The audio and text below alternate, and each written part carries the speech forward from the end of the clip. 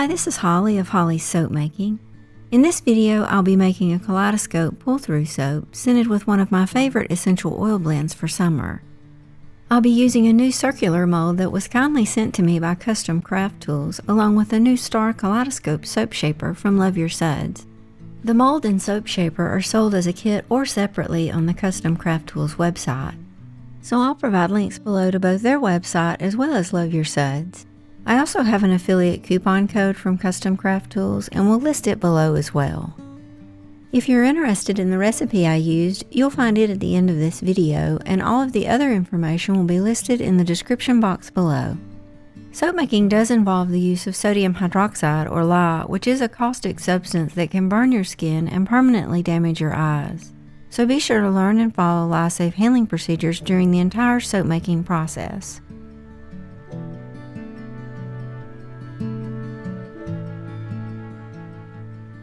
The circular mold came with very detailed instructions and lots of helpful tips, and I found it very quick and easy to assemble.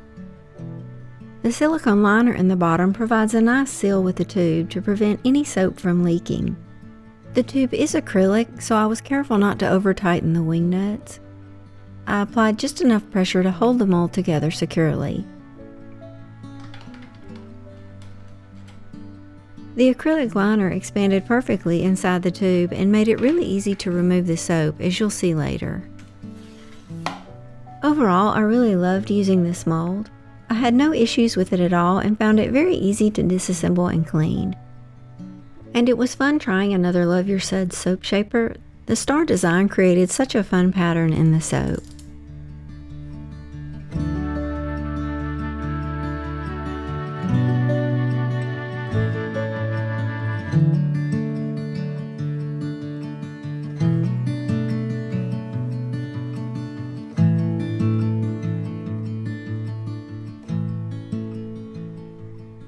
For the orange color in this soap, I hydrated some orange iolite clay with a little distilled water.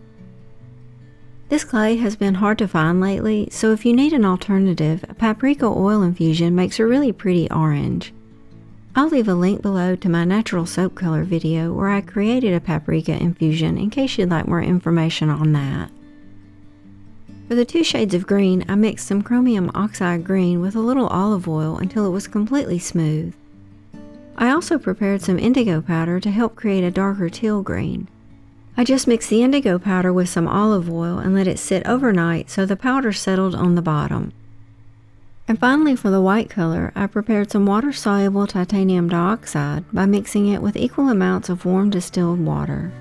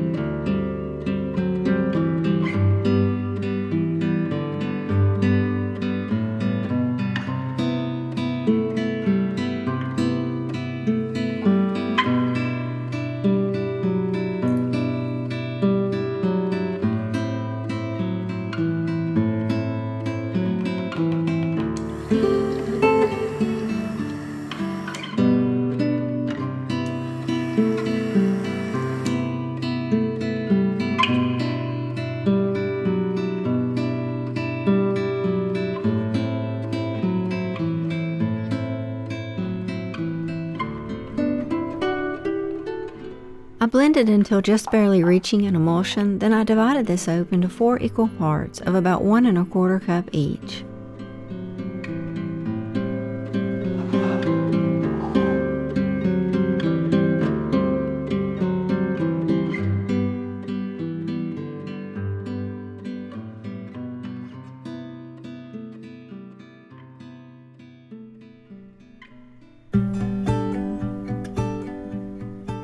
To create the dark green soap, I used about 1/4 teaspoon of the chromium oxide green and then added drops of the indigo oil until I was satisfied with the color.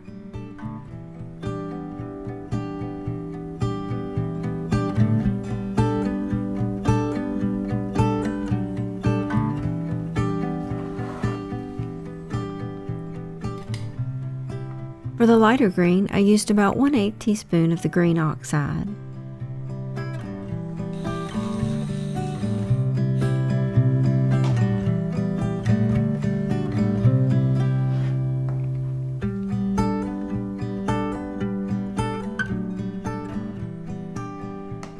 For the orange, I added about 1/4 teaspoon of the orange clay to 1 1/4 cups of soap.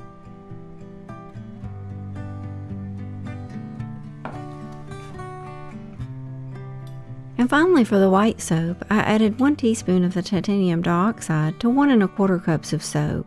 I normally only use a 1/2 teaspoon per cup of soap, but I really wanted this to be white, so I tried adding a bit more.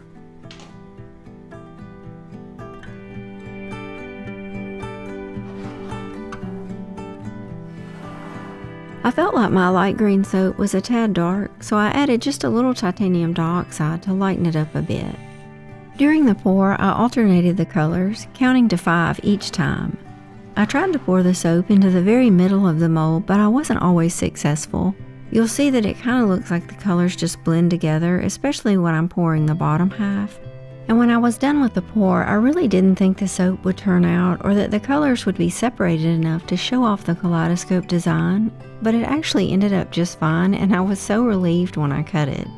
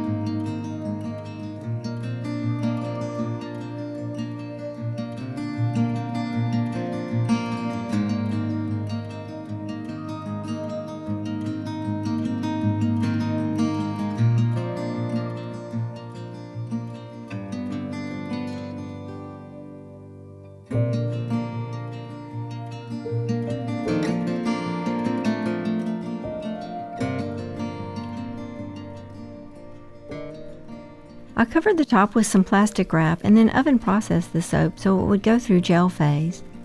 The instructions from Custom Craft Tools mention that the mold can withstand temperatures up to 170 degrees Fahrenheit, which is the minimum temperature for my oven. So I preheated the oven and then turned it off and placed the mold inside.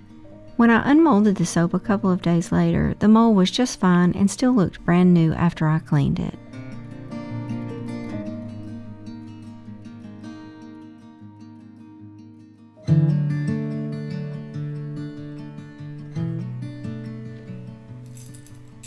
I removed the soap from the oven the next day and let it sit uncovered for another 48 hours. Then I unmolded it and slowly removed the liner, making sure that the soap wasn't sticking to it.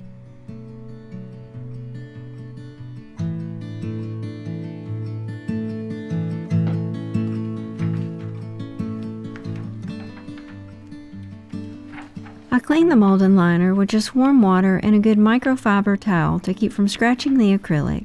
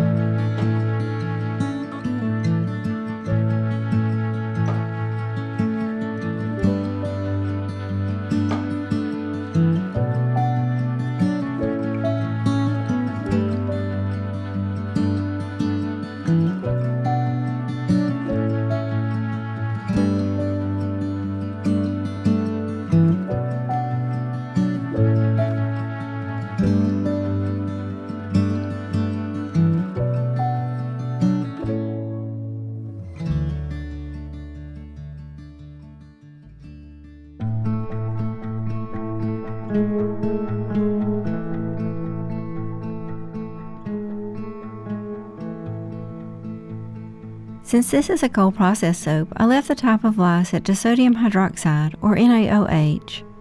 My recipe oil weight was 800 grams. My lye concentration was set to 35%, which means my lye solution consisted of 35% sodium hydroxide and 65% distilled water. I left the superfat at 5%, and my fragrance usage rate was 40 grams per kilogram. This recipe does contain lard, so I'll add a lard-free recipe I really like following this one.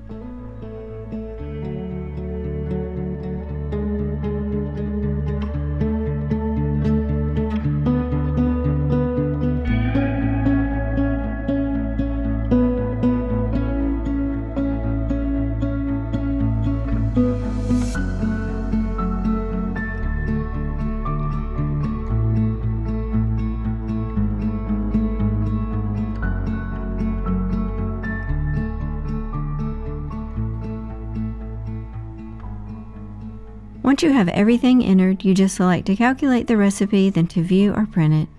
SoapCalc will give you a really nice listing of all of your ingredients, including the amount of sodium hydroxide required to saponify your oils. Thank you so much for watching, and I hope you found something useful here to help you in your soap making.